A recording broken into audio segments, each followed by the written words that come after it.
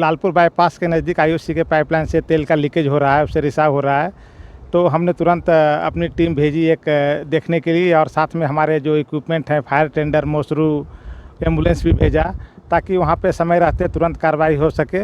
और एक जैसा कि पता चला, रिपेयर के दौरान छोटी मोटी आग भी लगी, जिससे आग पे काबू पाया गया, पर पुनः आग फैली। और इसके लिए म्यूचुअल एड पार्टनर्स और हमारे जो जिला प्रशासन के अधिकारीगण हैं उनको भी सूचित किया गया है, ताकि एक अच्छे समन्वय तरीके से काम करते हुए हम लोग किसी भी आपदा से निपट सकें। इस मॉक ड्रिल का 2-3 वजह है। उसमें एक प्रमुख है कि हमारे जो सिस्टम है, हमारा जो एक कम्युनिकेशन है जिला प्रशासन के साथ और तमाम विभागों के साथ, वो सुचारू रूप से काम कर सके। साथ ही लाइन के आसपास रहने वाले जो लोग हैं उनको पता चल सके, उनको खबर मिल सके कि पाइपलाइन एक जो कच्चा तेल जा रहा है, काफ़ी ज्वलनशील पदार्थ है, तो भी परिस्थितियों में कैसे कैसे हमें बचाव करना है।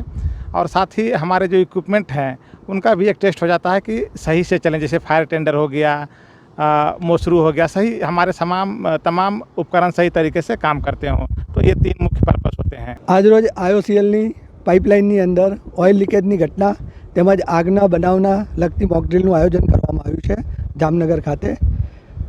અને આ કાર્યક્રમ જે મોક ડ્રીલનો છે એ માનનીય કલેક્ટર સાહેબશ્રીની સૂચનાથી કરવામાં આવે છે વર્ષમાં એકવાર।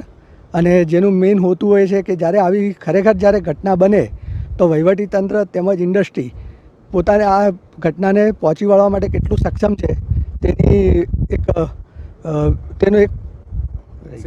તેનો એક સિનારીઓ ક્લિયર થાય, અને આ કેટલી જલ્દી એને પહોંચી વળવા માટે તંત્ર સક્ષમ છે તે ચકાસવા માટે આ પ્રકારની મોક ડ્રીલનું આયોજન થાય છે। આ મોક ડ્રીલની અંદર ડિઝાસ્ટર વિભાગ, industrial safety department, IOCL department તેમજ મ્યુચ્યુઅલ એડ જે મોટી મોટી રિલાયન્સ છે, નાયરા છે, જે બધી કંપનીઝ છે તેના પણ ફાયર ડિપાર્ટમેન્ટ તેમજ સેફ્ટી ડિપાર્ટમેન્ટના બધા ઓફિસર્સને હાજર હોય છે।